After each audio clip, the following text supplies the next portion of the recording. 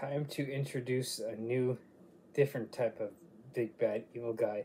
One that I'm pretty sure is quite often overlooked. We're talking about the Rakshasa. Basically, medium fiends, very much from the nine hells themselves. So now this monstrosity, this character, you could in a sense introduce political intrigue type of deal. So, for instance, you could run a campaign set in like a city, sort of like Waterdeep or Baldur's Gate, or like or something like that, or Silver Moon, to use Forgotten Realms like ideas for like a kind of like backdrop. Introduce the Rakshasa as like the big bad evil guy, but he's like an aristocrat, and of course, if you actually get into the details of like them and everything, they tend to disguise themselves as like my companion wants to get in on the action. Yes, we're talking about big bad evil guys. Yeah. You ready to go get him? Yeah? You ready to go get him? Yep. Alright. Rakshasas. They're basically tigers and demons. Demon in tiger form.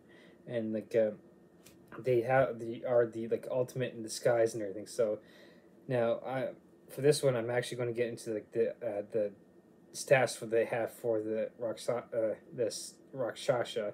So it has like a 16 AC of natural armor. The hit points that they give them for is 110, 13d8 plus 52. They have a speed of 40 feet. Their skills are strength of 14, dex of 17, con of 18, intelligence of 13, wisdom of 16, and charisma of 20.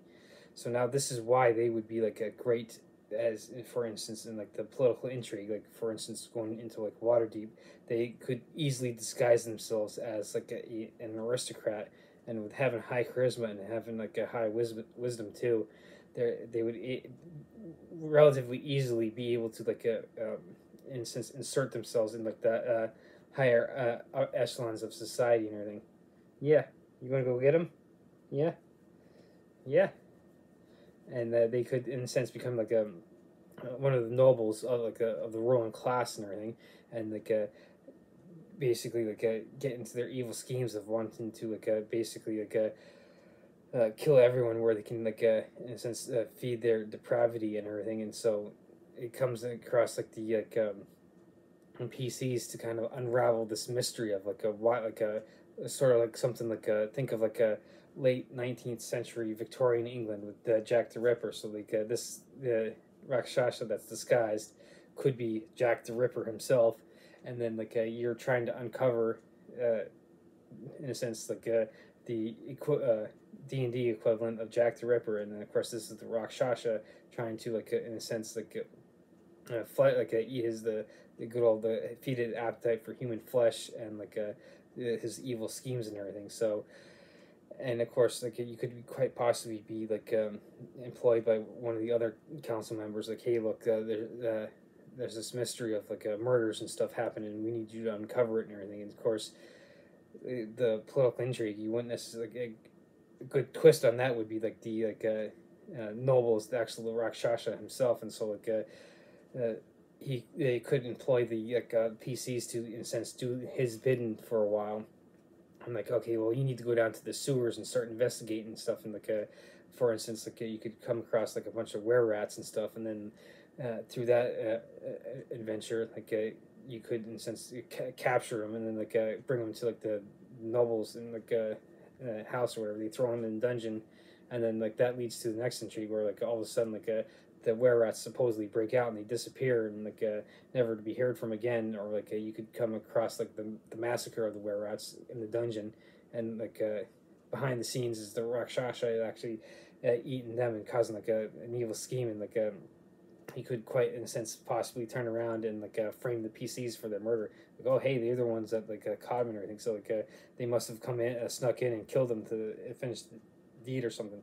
So now you can see the whole idea of like the whole political intrigue and everything. And of course you could in a sense come across like another nobleman who like employs like a bunch of wizards that are able to teleport them to safety, and then like they take a twist where like that nobleman that saves the PCs knows about this and is now like working to try and uncover the rock, actually expose the Rakshasa for what he actually is and everything. And so now you can see like using this monster in like a D&D campaign, like it gives the sense of like a political intrigue, and like whereas like the last one I did, the Hobgoblin, you're not necessarily introducing war, but you're in a sense introducing like a conflict between nobles, and like the sense like nobles and like the since the Rakshasa is disguising himself, and of course through the whole adventure and everything, after like maybe the scene with the were rats that I mentioned, you can kind of start leveling them up, and like the player characters are sent on an adventure to find like a magical item that will actually expose the Rakshasa's true form. And so then through a series of adventures, maybe that takes them across like the Sword Coast and everything, using Waterdeep as like a backdrop. They go up and down the Sword Coast to Baldur's Gate, to like Neverwinter, and like they're trying to like maybe connect the dots and like take out like underlings that the Rakshasa has placed in those other cities to like to in a sense expand his influence outside of Waterdeep, and to quite possibly like make his own like kingdom of hell on the material plane in Forgotten Realms.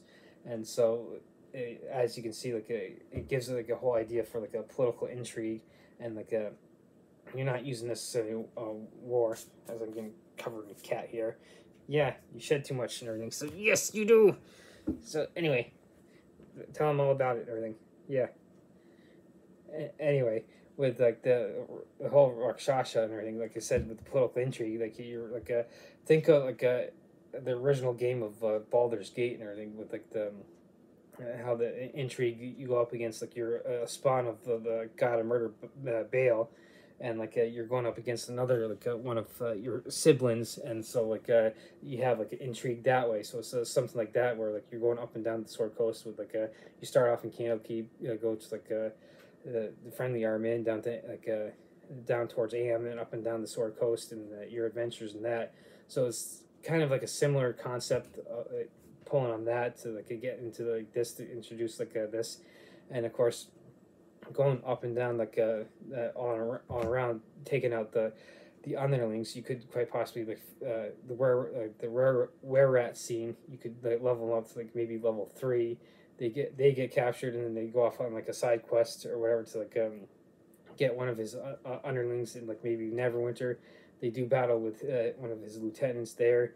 They through the series of adventures that you get through that, you get up to like maybe level 6, and then like you find out like oh, he was just a minor player, and then you go down to maybe like Baldur's Gate, where like you have like a major player for like the Rakshasa, and like through the series of that going to Baldur's Gate series, you get up to like level 10. You actually like defeat like his like in a sense major domo, and like you actually expose like, oh hey, like you find like you have proof that like, and you get to like the information to Waterdeep, where the Rakshasa is actually his like identity, his true identity is actually revealed. And so now like he has to like, in a sense, kind of retreat, and so then on a return to like maybe Waterdeep, between then like and then you do like a series of adventures, kind of tying loose ends, getting up maybe to like level 12 or 13 again, just like the last one. And then finally you chase the Rakshasa to his like secret lair, and then like by like that time you get up to like maybe level 14 again, and he has his own dungeon, maybe level 14 up to level 15 or so, and then you finally do battle with the Rakshasa himself. And like of course like the nasty thing about these guys is that even if you kill them in the material plane, they get sent right back to Nine Hells, and like it takes several months or years for their body to get reformed, so they can just come back into the material plane and kind of like haunt the players again. So like and of course if it takes years and the player characters to maybe like pass on, because like with humans maybe they outlived the time frame that the Rakshasa takes to reform, whatever, he could take his vengeance on their family and everything, or like you could use that as like a kind of like a catalyst to continue the adventure. Like, oh wait, he's only just completely destroyed if we go to like the Nine Hells and everything. So kind of like then take that kind of the concept of like the adventure descent into Avernus, and like you actually go into like Nine Hells and like going from like level 14 or 15, like however high you got once you defeat the Rakshasa in the material plane, you could then jump in and go like I said, take the idea of like the Ascent into Avernus adventure book, go into the Nine Hells and go from like a level, whatever level you are at, like I said, 14 or 15, get all the way up to level 20, you finally destroy the Rakshasa in the Nine Hells itself and everything. So this is like a different approach to like a big bad evil guy, and like this is using like the Rakshasa that like in all the years I've played, these tend to be ones that are like kind of like relatively overlooked. So this is kind of like introducing something that like you could use that could quite possibly do like a different approach and everything, and like